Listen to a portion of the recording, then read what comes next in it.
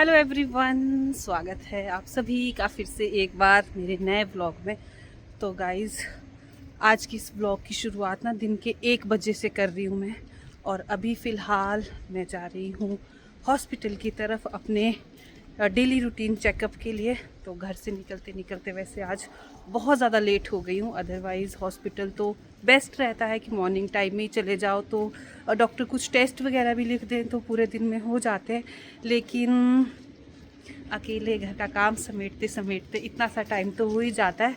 तो अभी लगभग 1 सवा 1 हो गए हैं।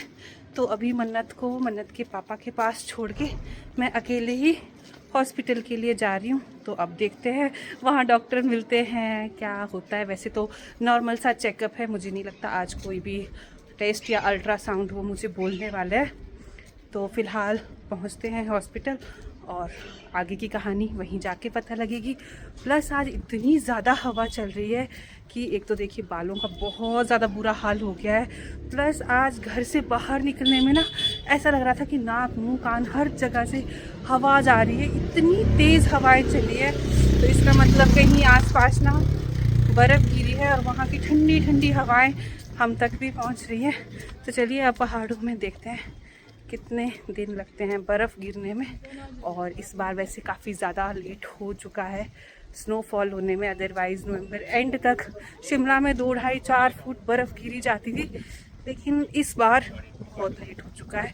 तो let's hope for the best और चलते हैं फिर आगे की तरफ। तो गाइज, रास्ते में मिल गए हैं विशाल भैया। ये हमारे ऑफिस में काम करते हैं और अब तो हमारी फैमिली का ही हिस्सा है। तो इस शक्ल को आप ध्यान से देख लो। ये आगे अगर आपको व्लॉग में दिखेंगे तो आपको पता होना चाहिए कि ये विशाल भैया हैं। और ये कहाँ से है? असम से। तो ये देखिए असम से हिमाचल में आए हुए हैं जॉब के लिए।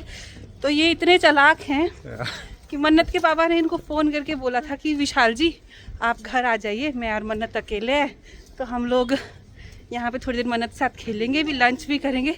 लेकिन ये उनको धोखा दे के कहाँ जा रहे हैं? मार्केट में। ओके चलो ठीक है, बाय। Okay bye. ठीक है।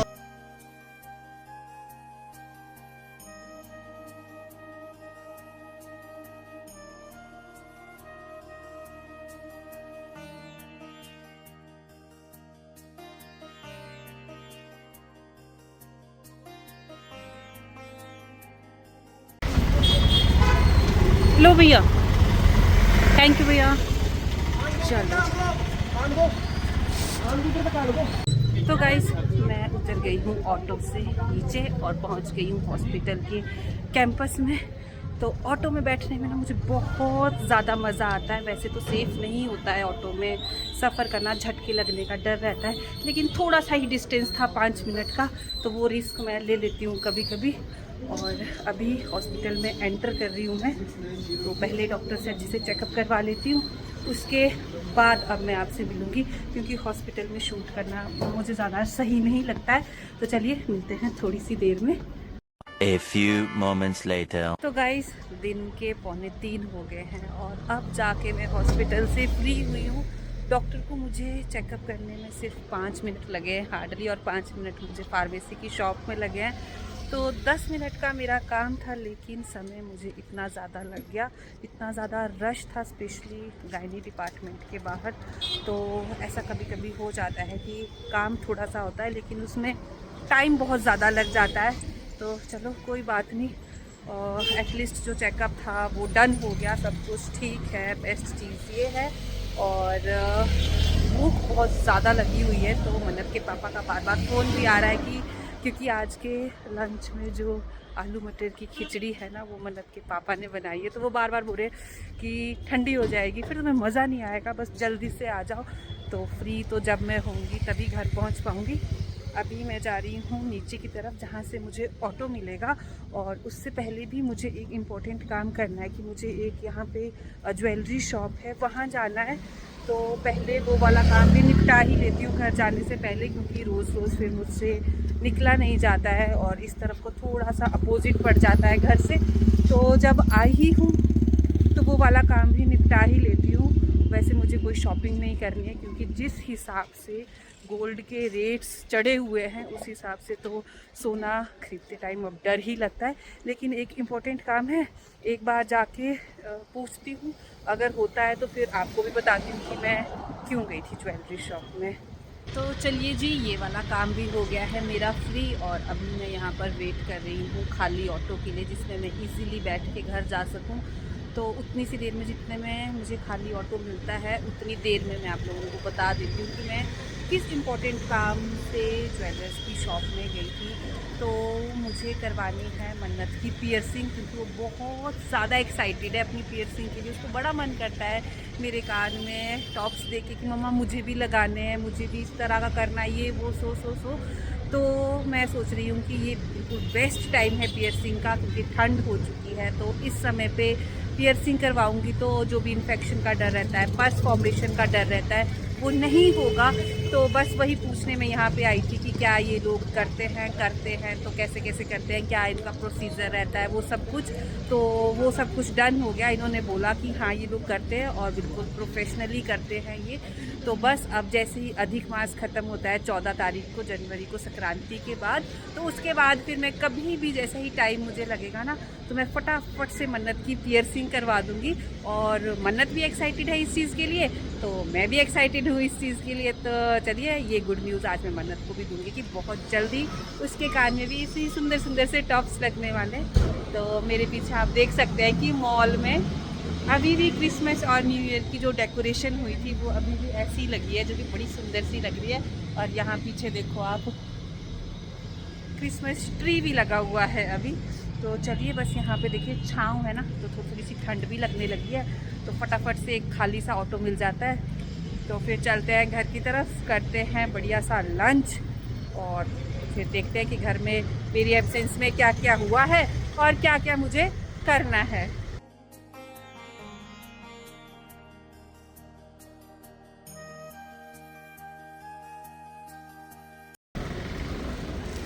पालक है दीदी आपके पास? पालक ये क्या है? सरसों का? राई भी है इसमें? तो एक गुच्छी राई की दे दो, और धनिया दे दो। एक ये दे दो ना, एक मूली दे दो सीधी सी। ये वाली दे दो, ये वाली, ये वाली। हाँ, कोई भी दे दो, मीठी है ना मूली? हाँ दे दो।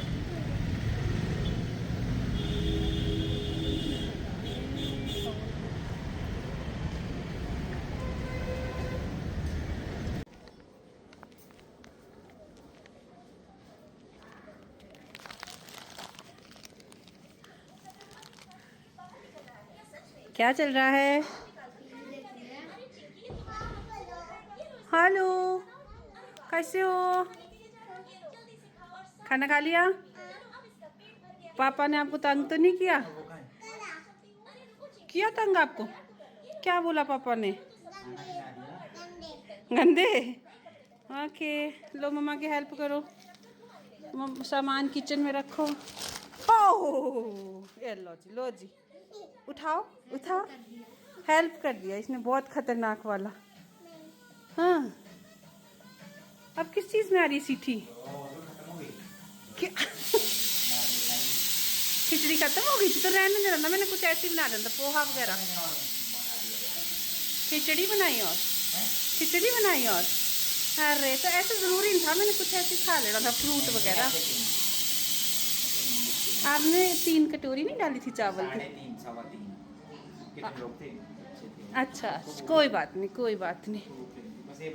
ठीक है, आप ऑफिस जा रहे हो? चलो ठीक है। तो फाइनली मैं पहुंच गई हूँ घर में, और बेचारे मन्नत के पापा, उन्होंने जो खिचड़ी बनाई थी वो फर्स्ट शिफ्ट में वो हो गई ख़त्म। इन्होंने स्पेशल से फिर मेरे लिए दोबारा से बनाई। तो बड़ा अजीब होता है ना, जब औरत घर में ना हो तो जेंट्स लोगों के लिए थोड़ा सा मुश्किल हो जाता है। 2 बार मेरे को खिचड़ी बनानी पड़ी। तो चलिए, इन्हें जो डर सता रहा था कि मैं लेट हो जाऊंगी तो खिचड़ी ठंडी हो जाएगी, तो मुझे खाने को मिली गर्मा गर्म खिचड़ी। तो बस इसमें 2 से 3 सीटियाँ आ चुकी है। अब इसको बंद करती हूँ, जितने में कपड़े वगैरह चेंज करूँगी, फ्रेश करूँगी, उतने में ये भी ठंडी हो जाएगी।